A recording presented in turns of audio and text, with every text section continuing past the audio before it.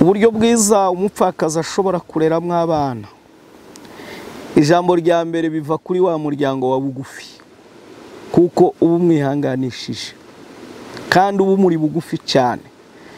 Wa muryango iyo umuri bugufi cyane, za mfubyi arera azibwira umuryango neza, azibwira ba se wabo neza, azibwira ba nyirasenge neza, azibwira ubwoko bwabo neza. Za mfubyi zikura zizi ko ari ibyago babonye kubwo kubura se, ariko umuryango ubitayeho. Amakosa atuma batitabwa ava ku mpande zose.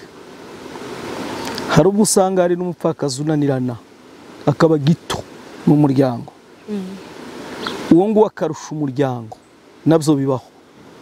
Hakaba usanga umupfakazi w'intungane mu muryango. Ikaze kuri mwebwe mwese mukomeje kudukurikirana ku Cyizere TV.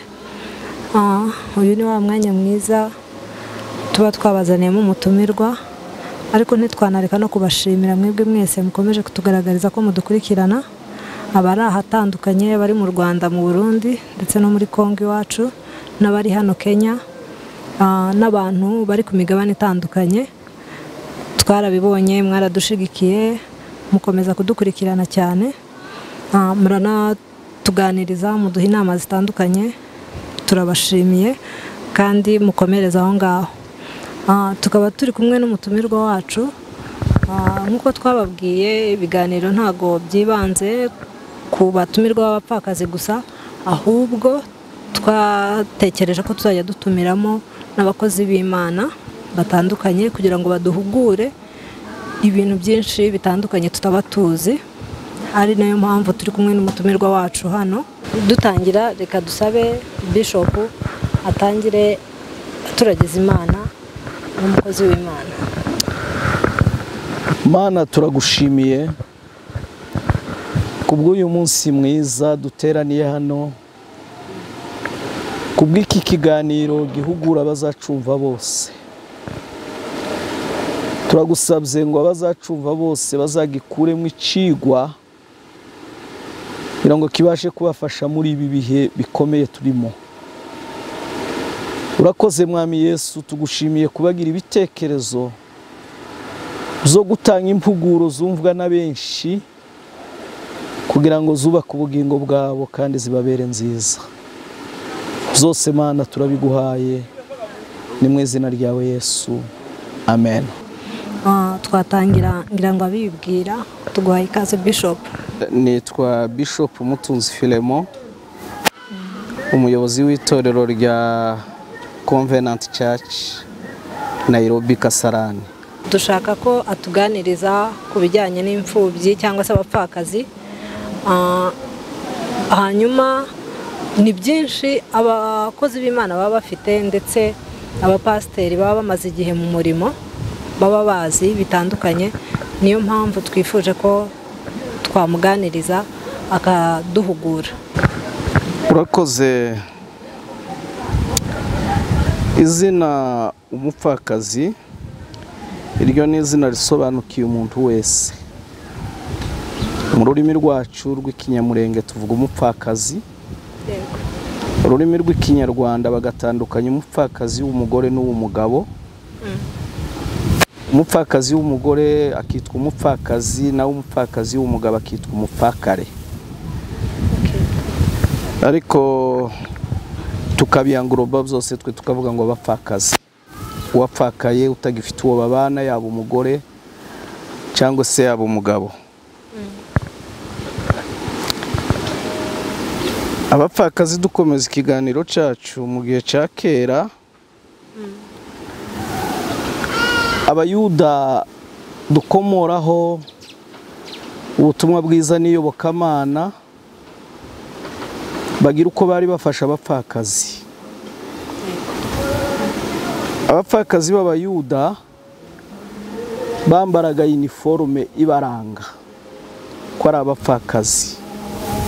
Mu bundi buryo bivuga ngo bari barahawe akato.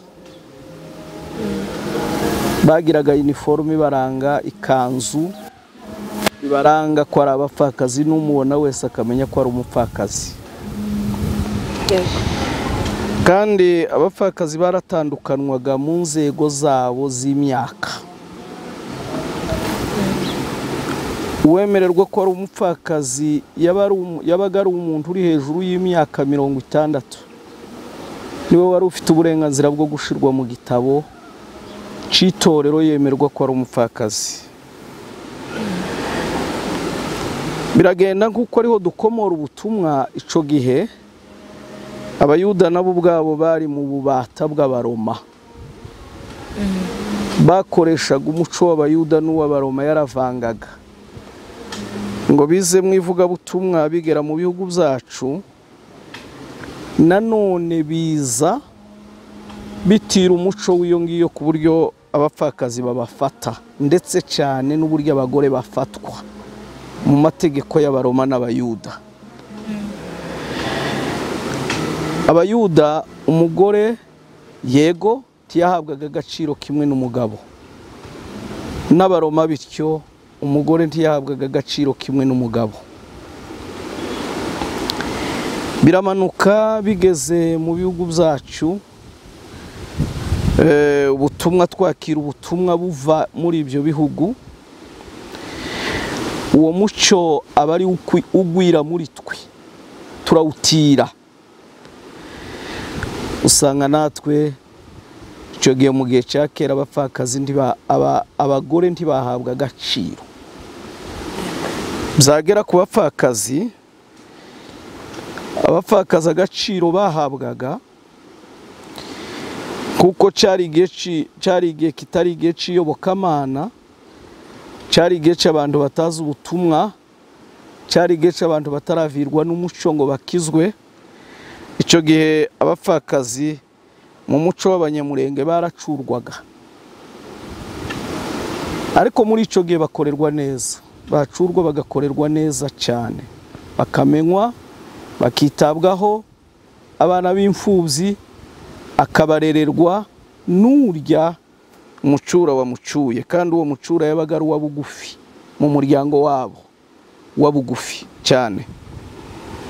N'abayuda niko babigenzaga. Urugero ubyibuka ku gihe cya Naomi, umugabo we Elimeleki n'abana be bamaze gupfa, ajanye n'umukazana we Rusi. Yamugiriye inama bashaka umucura wa bugufi wo mu muryango we, abuze nico gihe Boazi yamucuye. Icyo gihe hari mu muco wabo w'abayuda n'abanyamurenge, uwo muco barawugiraga, barawutiraga. Rero tuvuge buke ku mupfakazi w'umunyamurenge, nawe uko niko byagendaga, kandi bakabitaho, bakabarerera imfubyi zikabaho zigakura ndetse zigahabwa agaciro, ariko akaba ari macikura umuryango wa mwene se wapfuye utakiriho, n'abana bavutse bakitirirwa uwo nguwo wapfuye utakiriho, kuko niwe yabaga yubaka izina rye. Biraza bigeze mu gihe cya Gikristo, ari cyo gihe cyacu. Ijambo ry'Imana rirabivugaho gute? Mu bihe bya none, mu bihe bya Kristo, mu gihe abantu bamaze kuvirwa n'umuco. Biravuga mu gitabo cya Timoteyo wa mbere, mu rwandiko rwa mbere rwa Timoteyo 5:14, Pawulo yandika aya magambo. Timoteyo yandikira Timoteyo aya magambo kugira ngo ayahuguze abakristo n'amatorero yariho icyo gihe. Yaravuze ngo basi napenda wajane ambao si wazee waolewe. Aramubwira ngo nkunze yuko abapfakazi badakuze ngo bashakwa, wazae watoto wawe na madaraka ya nyumbani ili wasimpe adui nafasi kulaumu. Pawulo abibwira Timoteyo aravuga ngo umva ijambo ugomba guhuguza amatorero. Ubahugure ubabwira ngo bapfakazi bato bashake. Cyangwa ijambo dukunze gukoresha mu rurimi rwacu bashakwe. Ngo abapfakazi bato bashakwe kandi ngo biyumve ko bafite inshingano z'urugo rwabo barukorere. Bakorera urugo rwabo. Bita ku mfubyi zabo. Iyo tuvuze abapfakazi tayari tuba tuvuze n'imfubyi, nk'uko umupfakazi aba ari umuntu umwe udafite mugenzi we, abana afite baba ari imfubyi, kugira ngo abashe kwita ku muryango, ku bana be, kandi yiyumvisha inshingano zo kubitaho, kandi yumva ko atari ukwiriye gusuzugurwa, yumva ko akwiriye guhabwa agaciro ke. Agakiza rero ku mupfakazi ni iki? Abanumva bose ndabingingirira ijambo kuryumva neza. Agakiza ni imbuto y'Imana mu muntu, ni ikintu cihariye. Hari ushobora gupfakara ari umwana muto ko mu bwoko bwacu mu myaka 25, 20, yewe muzi ko bashaka ari bato. Afite imbuto y'Imana y'agakiza muri we. Akwiriye guhagarara nk'intwari, abishoboye agahagarara nk'intwari, abifitiyemo ingororano zikomeye ku Mana, kuko ijambo rya mbere aba yaranesheje byinshi. Ijambo rya mbere aba yaranesheje umubiri we. Ijambo rya kabiri aba yaremeye kubabaza umubiri we. Ijambo rikurikiye aba yaritaye ku bana be, akarwana urugamba rukomeye bukarwanya ari babiri. Ijambo rikurikiraho aba yarabaye inkingi muri uwo muryango yashatsemo. Yemeye kwibabaza, afite ingororano ikomeye ku Mana. Ariko abinaniwe kwibabaza niryo jambo Pawulo yabwiye Timoteyo kubahugura.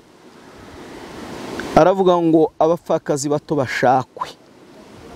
Ndetse n'abayuda uwo mupfakazi wambaraga uniforme imuranga ntiyabaga ari umupfakazi muto. Yabaga ari umupfakazi uri hejuru y'imyaka 60, kuko bivuga ngo uwo nguwo aba afite imbaraga n'ubushobozi, uwo nguwo aba afite abana bakuze, uwo nguwo aba afite n'ubushobozi bwo kurwanya umubiri we, kandi kugira ngo abashe gukorera Kristo. Nico gituma ijambo ry'Imana rivuga ngo abo ngabo ari bo bashirwa mu gitabo c'itorero, nuko baba bafite imbaraga zibasha kubahesha kwihangana. Ubu ngubu abanumva dufite ibyago muri bino bihe. Mureke tubahuguzira ijambo. Dufite ibyago by'intambara zikomeye, zigwiriye, ziduhekura, kandi izo ntambara cyane cyane zitwara abagabo, kuko aribo baje ku rugamba. Izo ntambara zitwara abagabo kuko aribo baje ku rugamba, ugasanga biradutera kugwiza umubare w'abapfakazi, ndetse bagapfakara ari abana bato. Biteye ababyeyi kino gihe agahinda kenshi n'intimba zikomeye. Ariko hamwe n'ibyo ijambo ry'Imana uko ribivuga, riravuga ngo bakwiriye kwihangana kugira ngo bazaharwe ingororano ikomeye. Cyo ni kimwe. Kandi cya kabiri, udashoboye kwihangana akwiriye gushakwa. Niko ijambo ry'Imana ribivuze. Niryo Pawulo yabwiye Timoteyo, araribwira ngo urihuguze amatorero. Bashakwa ntibyumvikane yuko babaye abanzi bikomeye by'umuryango. Urugero, nk'uyu utanga iki kiganiro n'umwe mu muryango wacu. wapfakaye ari muto ku bana bake, abana batatu. Biranatunezeza, abana babiri b'abahungu n'umukobwa. Ariko hamwe n'ibyo ubutwara arwana, ahagararana nabyo, akora kugira ngo abo bana babashe kubaho, biradushimisha. Ikindi ahagaze gitwari, ijambo ry'Imana riravuga ngo afite ingororano zikomeye, afite ingororano zikomeye. Ntiyabura kubihemberwa kuko babana bazamubika mu mutima no mu bitekerezo mu buzima bwabo bwose. Icongeyeho umuryango bitubishize mu muco, umuryango umuha agaciro gakomeye kuko yarwanye intambara ikomeye, agaragaza ubutwari. Ariko kandi impuguro, reka mpugura abanumva gutya, n'abananiwe kuko twavuze ko ari ibibazo tugwiza bikomeye, nibabikore mu bwumvikane. Aho ashatse uwo n'uwananiwe simvuga uyu turi kumwe, aho ashatse uwundi, nanone umuryango umuha agaciro ke, umuryango umuha agaciro ke, agumane n'abana be, agumane umutungo we, kugira ngo nawe ibyamubayeho si uba wabyiteye. Kuko isi tugezemo irakura, isi tugezemo irahinduka, isi tugezemo ihindura imitekerereze y'ibihe byatambutse n'ibyo tugezemo. Nshuti bavandimwe, nkagira ngo mbe nubwira n'amatorero menshi y'ubwoko bwacu atunze imfubyi, atunze abapfakazi, kugira ngo amenye yuko iyo ari inshingano yabo kubasha kwita ku bibazo nk'ibyo, kugira ngo itorero naryo rizarubukane iminyago imbere y'Imana, ryerekana ibyo ryakoze. Hari umupfakazi wapfakaye ari muto muri Bibiliya, muto cyane, abanye n'umugabo igihe gito, arama imyaka myinshi mu bupfakazi, aratwa muri Bibiliya yuko uwo nguwo atsindishiriza cyangwa se abera isomo ku bapfakazi bapfakara ari bato, kuvuga b'abakirisitu, kuvuga ngo nibamurebereho urugero, babashe guhagarara mu butsinzi. Nkaba nabwira abatwumva ngo tumenye yuko izo ari inshingano dufite kino gihe zo kubasha kwita ku bapfakazi, kuko ni ikibazo kitwugarije muri bino bihe cyo kubasha kwita ku mfubyi zisigaye, kugira ngo ejo ahari ziriya mfubyi zirimo intwari zaba igisubizo ku bibazo turimo muri ibi bihe. Ikindi kandi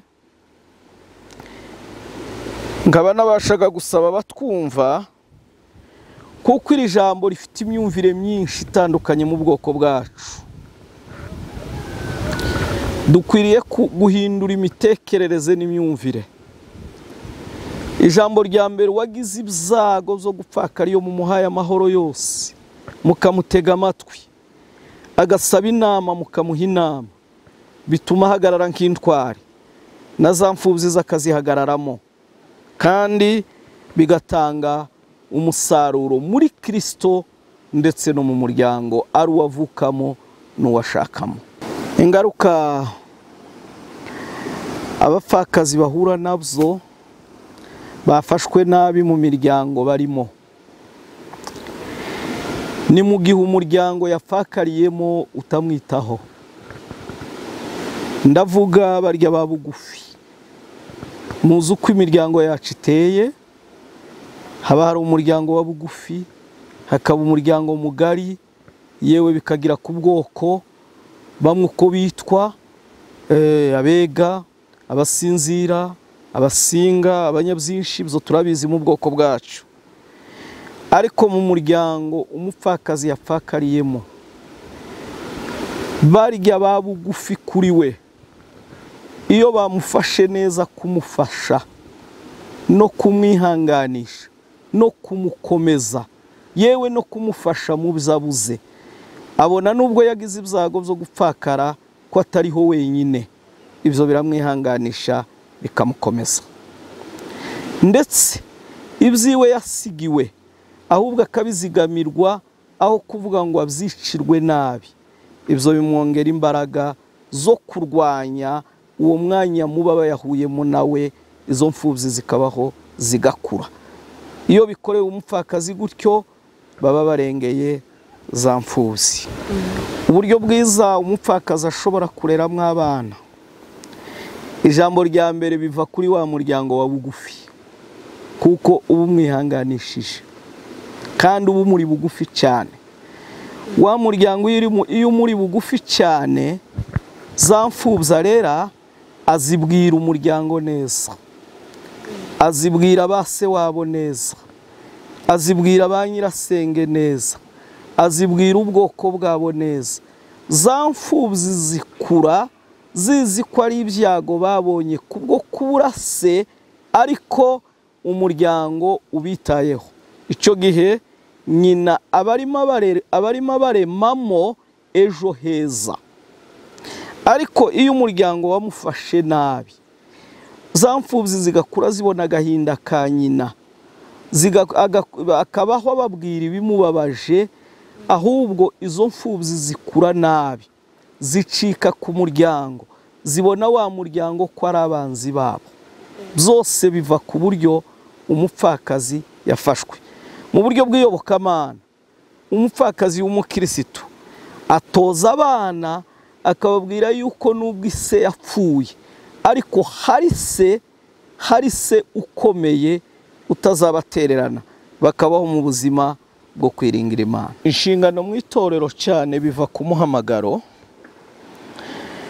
Itorero, ubuyobozi bw'itorero bushobora kureba umupfakazi, bwamureba bukamugirira icyizere, bukabona ko ari umukristo mwiza w'umwizerwa, bashobora kumuha inshingano.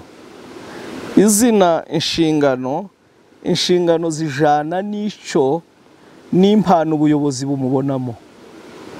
Ubuyobozi bushobora kubona ko yaba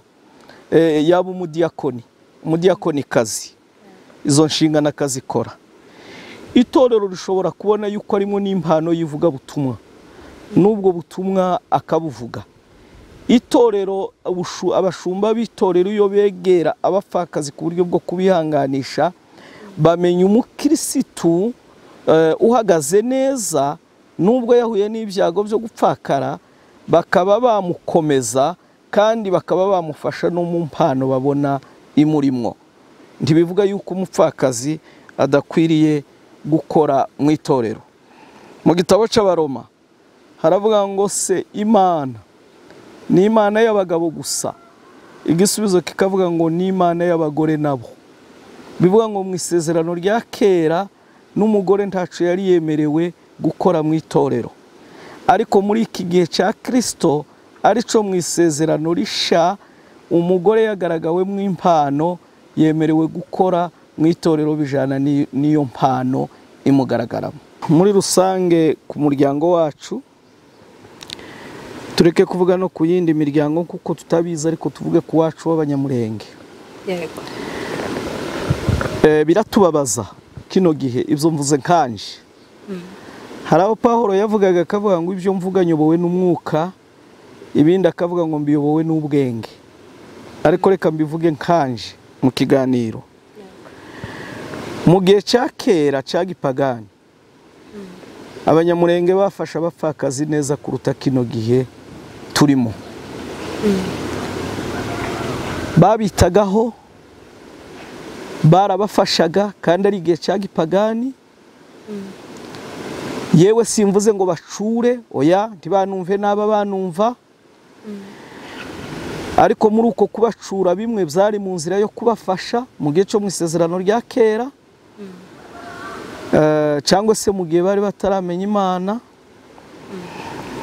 ndetse barabafashaga cyane bakabororera amatungo yabo, amatungo akororoka, akaba usanga hari abapfakazi batunze ndetse kuruta abatari abapfakazi, kandi ugasanga barabarerera n'abana b'abana, ugasanga barisanga mu muryango. Tugeze muri iki gihe ni hamwe nubwo bitaba hose, hari henshi usanga bafata abapfakazi nabi. Ni icyaha, ni ikosa, ni agahinda, yewe tunabivuge ngo birimo no guhemuka kw'indengakamere, kuko uwo niwe wokitaweho, uwo niwe wogahumurijwe, uwo niwe wogafashijwe cyane, kuko afite umubabaro ukomeye. Usanga muri bino bihe turabyumva, twumva hari abatitabwaho, ariko nabyo hari n'abitabwaho. Si uko ari bose, hari abatitabwaho. Mu buhamya bw'abapfakazi bwumvikanye kuri za media, hari abavuga uburyo barenganye, abo nabo babarenganije kandi ntibakoze byiza, ariko kandi hari abandi bavuga uburyo bihanganishijwe, bitaweho, abo ngabo bogashimiwe, bakoze byiza cyane, n'abandi bo kwigiye urugero rwiza kuri abo bakoze byiza, kugira ngo abapfakazi babashe kwitabwaho na za mfubyi. Niyo nama twatanga. Umutumirwa wacu arakoze, ndakeka amagambo avuze ni meza, akomeza abantu. Ni ukuvuga ngo mu ruhande rw'abapfakazi, ibyo ari byo byose, hari abitabwagaho bitewe nabo n'ingeso zabo bagaragaza mu muryango, hari n'abandi batagira igikundiro kubera imyitwarire nanone bafite mu muryango. Ni ukuvuga ngo impande zombi bisaba ko twese tugomba kugerageza kugira ngo dushigikirane mu kurera abana baba basigaye. Urakoze cyane Bishop. Avuze neza cyane. Turangiza uvuze ijambo ryiza. Kenshi amakosa atuma batitabwa ava ku mpande zose. Hari ubwo usanga hari n'umupfakazi unanirana akaba gito mu muryango, uwo nguwo akarusha umuryango, nabyo bibaho. Hakaba usanga umupfakazi w'intungane mu muryango, uwo nje ndabihamya ko nta kabuza atakwitabwaho kandi ngarererwe.